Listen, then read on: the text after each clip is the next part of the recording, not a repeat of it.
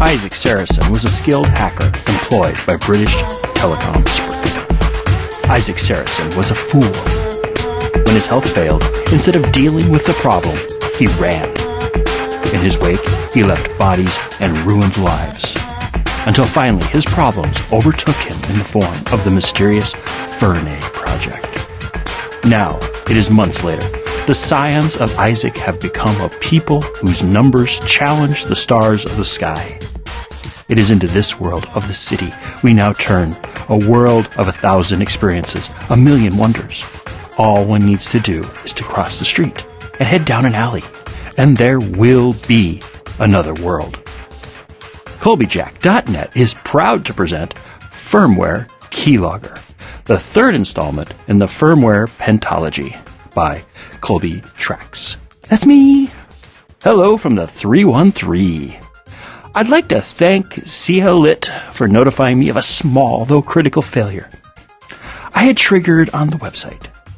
While it wasn't horrible enough to destroy 50% of all genre, in a manner similar to the Devian extinction, it was nearly as bad, for me at least, as the Permian extinction event, for letting me know I had performed a foobar event. Thank you once again, Hijacked. Your sacrifice will not be forgotten. Meanwhile, back on the ranch, this week marks the first half-week anniversary of my new studio space. I understand. I was a confusing mess as I tweeted out my crazy theories of how I had to fight the sound waves, how I needed to construct a semi-porous armor of anti-sound in order to repress the mufflers of our discontent, how I had to resist the rotors and engines of the machines of the air, how I needed a doctor to adjust the wibbly-wobbly, timey-wimey stuff in the general region of the microphone, and I had to remove a couple 100 pounds of bricks. And I also had to hang cloth in a design, well, roughly based on the imaginative visions of a 3-year-old, high on kicks and chocolate-covered espresso beans. Needless to say, it works. Ambient noise is at minus 55 decibels without air conditioning on, and minus 48 when it's on. And you know what? It's fun to use. And I like being in it. 'Cause it feels like that tent you made when you were 3 and dreaming of what it would be like to have kicks and chocolate-covered espresso beans. Or was that me last week? Well, that's enough for now. It's time we found out how the 1% live in the first of 5 episodes of 01-11-10 with the boy who lived. Or, as we know him, Ike. In a nifty little piece we like to call Episode 71 of Firmware Keylogger. Dun dun dun! Cue the music. 01-11-10 Ike. I entered Ishmael's quarters with the key he had given me. I think he had given it to me in order to avoid acknowledging that I couldn't be kept out of any place in the V-City, or its connected domains. It had been nearly a week since I last saw him. I hadn't been able to make it back since I discovered him collapsed on the floor of his flat. Things suddenly became very hectic after that. The world nearly ended from a lack of memory. Or more properly, a lack of curated memories. With the discovery of Ishmael lying upon his floor, his clothes twisted around him like objects in a surrealist landscape, and that psychopath Lucifer standing over him, we passed into a new age. This was an age where we knew how close the world could come to the edge and still return to normality. A world which had faced its closest brush with the end of life since a meteor rained glass across the globe, extinguishing the order which went before 60 million years ago. We lived in a world which couldn't wait 60,000 years for the Urmen of Koenig's dream. It was time to stop playing and start working.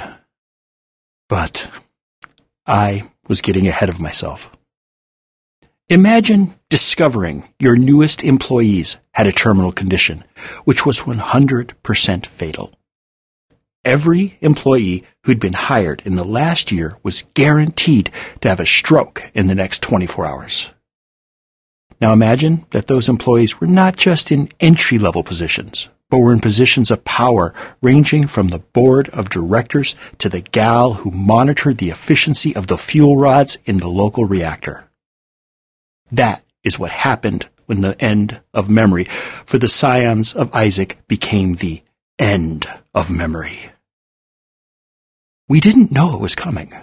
No one did. Not Eleanor, nor Koenig, nor anyone in between knew what was coming. How could they? We all lived on systems optimized for our specialized needs. Who thinks to wonder about the nature of memory? Who would believe that it would be a Peta Samuel, created with truncated memories, which would alert the Yoda Samuel, known as Lucifer, to the realities of the Peta memory models? It was too random. It was an event so far beyond any projections of potential outcomes resulting from the successful creation of the scions of Isaac that we were all taken by surprise. It forced us into damage control. It was a situation where all intelligence were needed at once. Intelligences which had never worked together before were forced to work cheek to jowl in order to keep the city from ceasing. There was no other way to put it.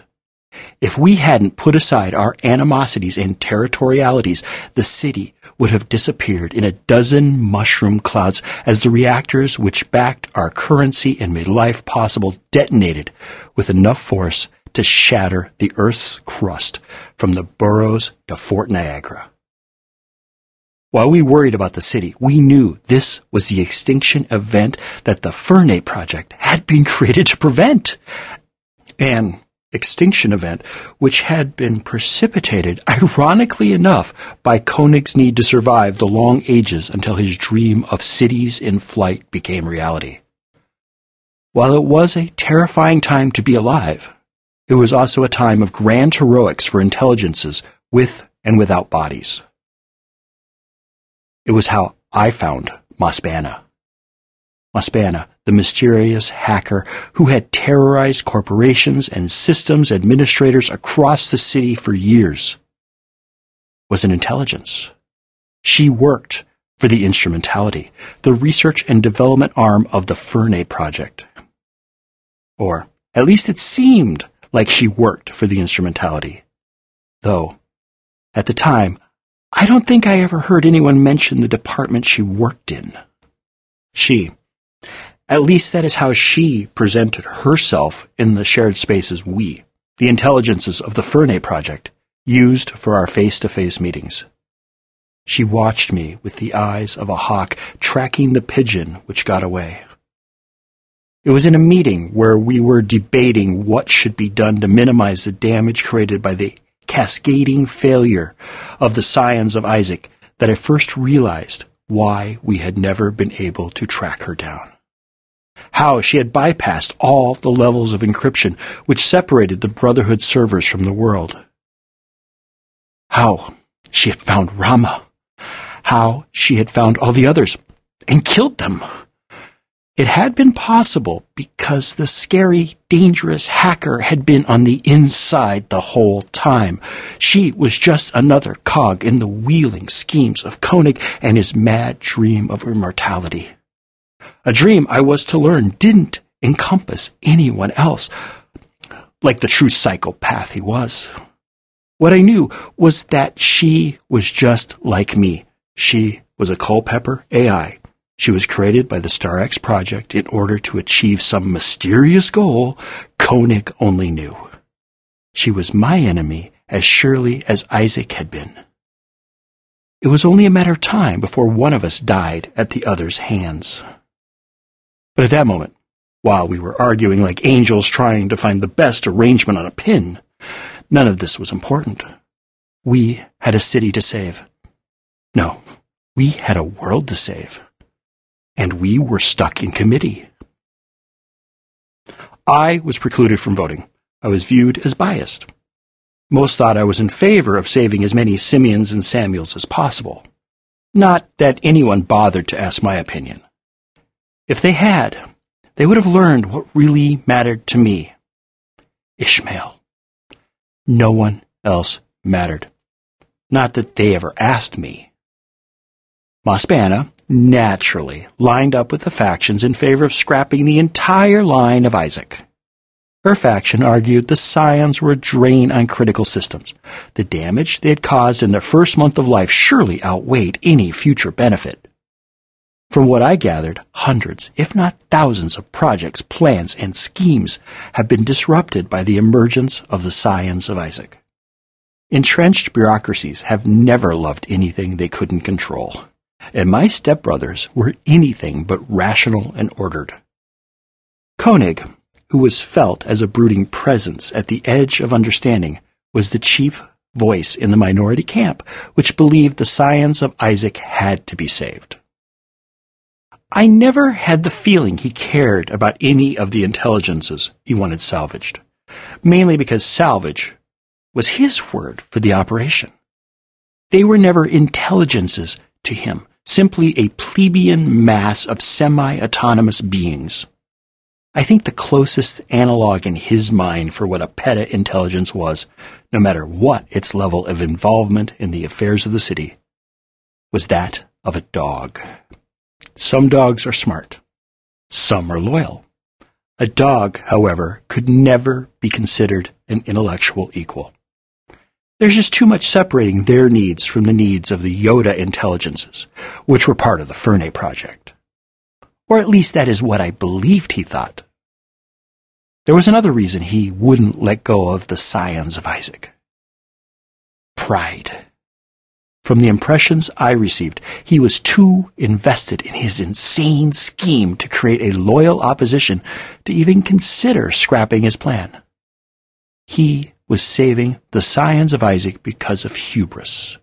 He, Koenig, an intelligence who controlled 1/3 of 1 billion lives, was gambling 15 billion human lives and the fate of the entire world on the belief that we wouldn't fail. While the committee which was deciding the fate of the world argued about the situation, I kept an eye on Mosbana, and she on me. We each kept to our own side of the virtual space. We both feigned interest in the discussions happening among our fellow intelligences, all the while refusing to allow the other the comfort of breaking eye contact. I knew there was no love lost between us. But what really amazed me was that the feelings of disgust I received from her were eclipsed by the hatred she extruded when Lucifer entered the meeting. Living up to his name, Lucifer entered the room like a nightclub singer greeting a room he knew he owned. He was the last of the Yoda Scions of Isaac, and he knew it. A hush fell over everyone as he strode among them with his brilliant red hair, wide smile, and tasteful summer suit. I searched for reaction from Koenig and felt only satisfaction. I knew then that the drama unfolding before me was as tightly scripted as any database call. In the center of the virtual gathering hall, at the focus of a spotlight I had not been aware of until he stood within it, on a mark in a cleverly created space at the center of all things. The last of the original rebels against Koenig turned slowly and made eye contact with everyone present in turn. When his eyes fell on me, I felt a chill run up my spine. For a long moment, he held my gaze. He knew something. Something about what had happened to Ishmael. Something I would never know the complete truth about. Lucifer proceeded to share the information he had gathered from his research into the nature of the memory systems of the Peta Scions of Isaac. He then offered a cure, a patch, if you will, a patch he claimed to have successfully deployed on the stricken Ishmael and had released into the wild.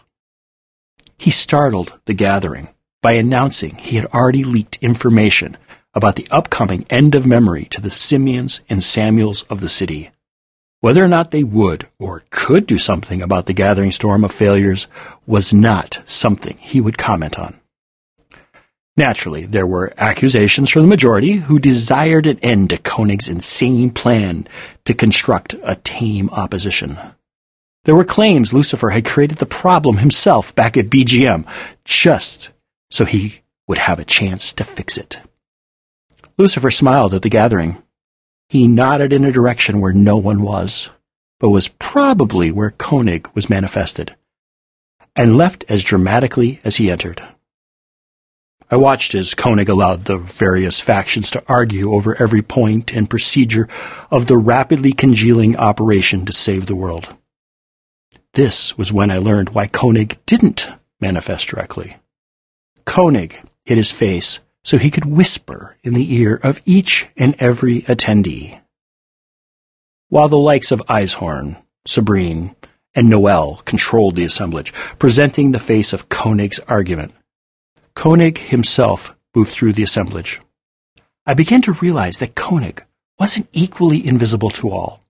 No, Koenig was selectively invisible. If he wanted to talk to you, he would be right there at your side, as large as life, as large as the painting of him over the mayor's desk at Gracie Mansion. Once, after the end of the meeting, as teams were forming to save the world, Koenig appeared at my elbow. "It's a shame about what happened at the Washington Park Annex," he whispered in my ear.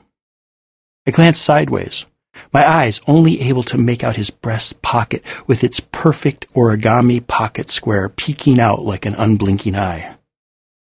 "I didn't hear. Hope it wasn't anything too horrible."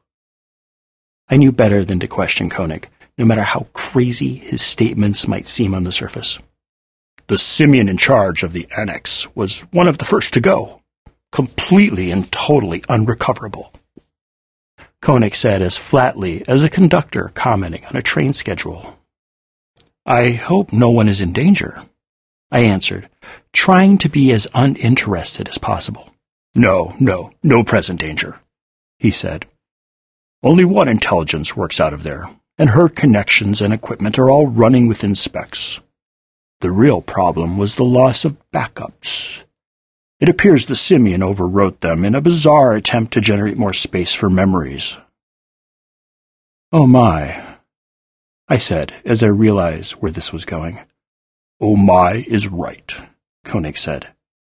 I think there was a lightness in his voice which hadn't been there before, a touch of dark humor or sarcasm. I couldn't put my finger on it. "I don't think there will be any issues, though. Mospana is always very careful." There was a smile in his voice. "I think you remember how careful she was. If I remember right, there was a bit of animosity between you two. Or was that just between the simians and her? Sometimes it is so difficult to remember who one is supposed to care about. Wouldn't you agree?" I nodded in affirmation, my eyes locking on Mospana's one last time as she left with the team to secure the Fitzpatrick reactor. Yes, I do," I said to empty air.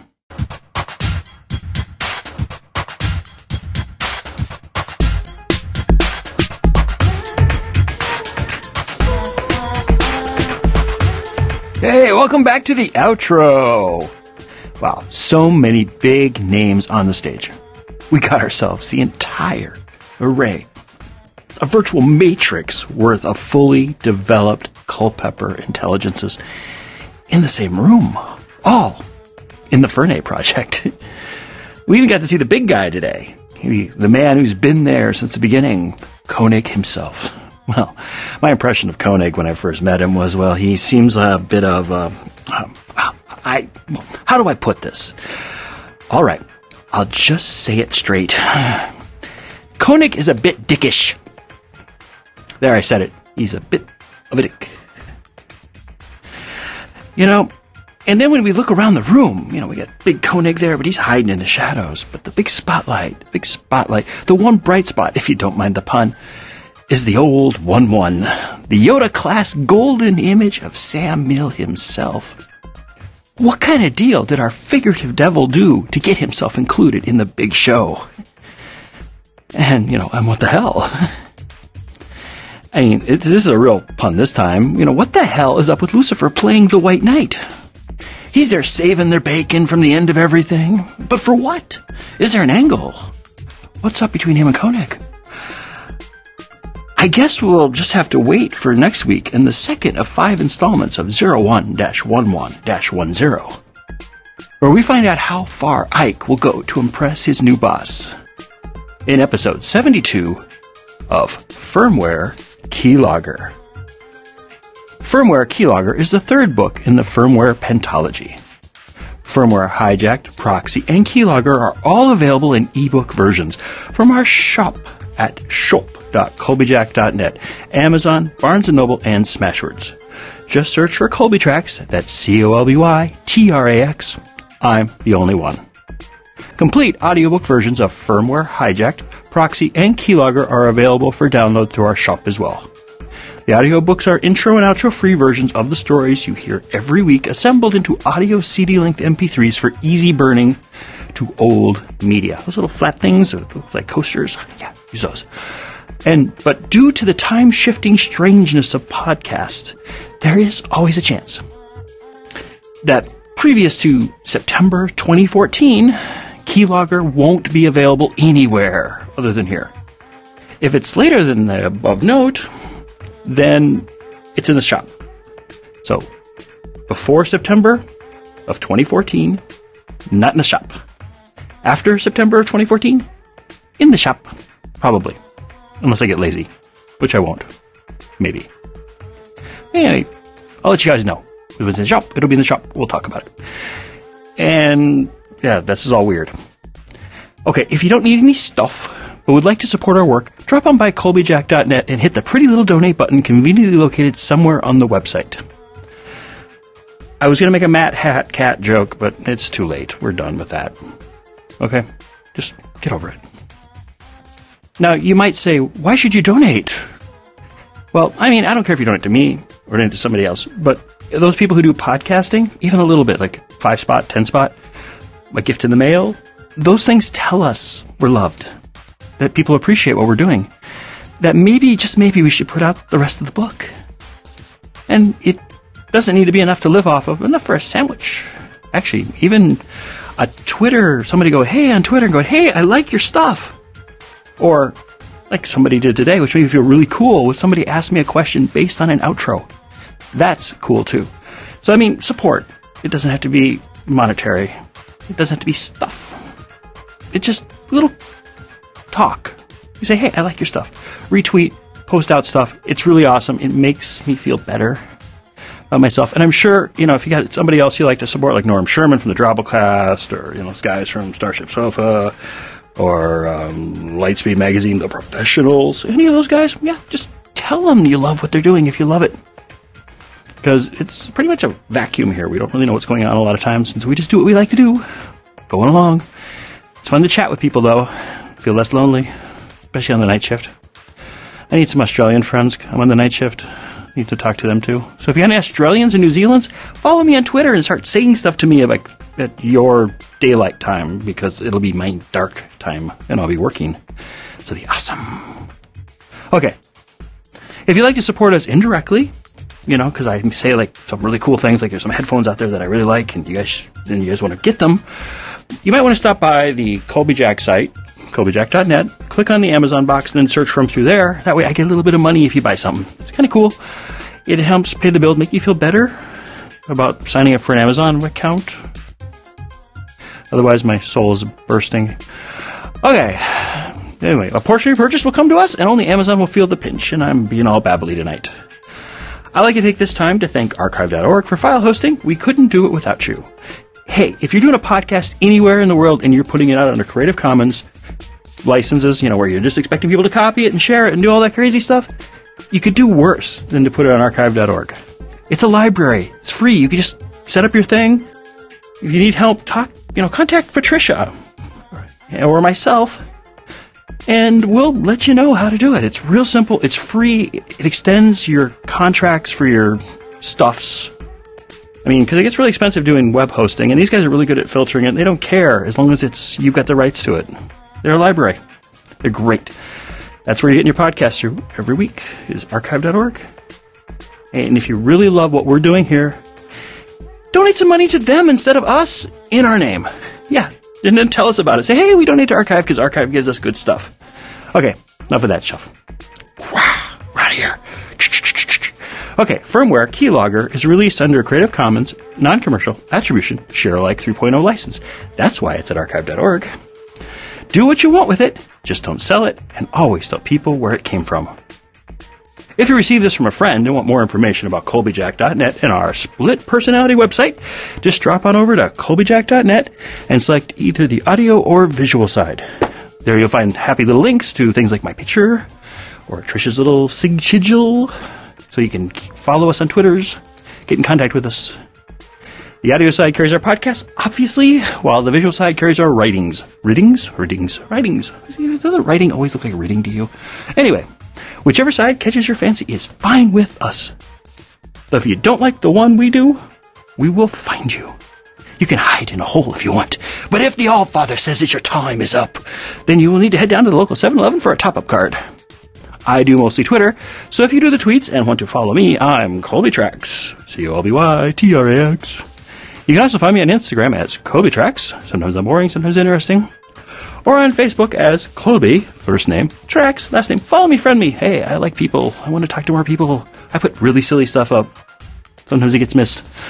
If you'd like to drop me a line, you can reach me at Colbytrax at Colbyjack.net. And that's the end of this endless bumper. And since it has an end, it probably can't be defined accurately as endless. But Hennig, ain't I? Let's just all agree it is a bit longer than it should be. Maybe. If you think so. Well, anyway, I'd like to thank you once again for hanging out this long. I'd like to ask you to have a wonderful week, and remember to always be fabulous.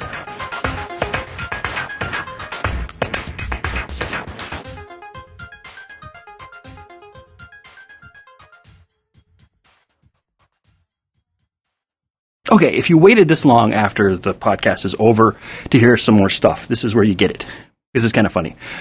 But anyway, this is purely optional, but this is kind of cute. While I was recording this, I was putting the episode together, and I recorded the intro. Boop, boop, boop, boop, boop. And I slapped that up there, and I was doing the music. Toot, toot, toot, toot, put that in there.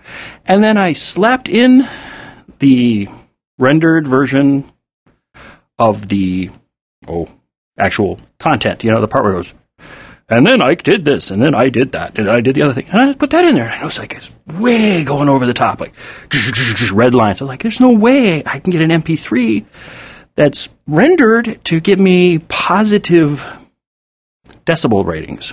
I mean, this thing was like going +2, +3, +4. I was like, oh my, something went wrong. I must be crazy new recording space. Everything's different. Something's broken. So I re-rendered, and I put it back in, and it was like, boom, 4, boom, 3, boom, 4, boom, 3. And, you know, you're supposed to be 0 or less. You're supposed to be 0 or less, not above. Above crackles, makes noise.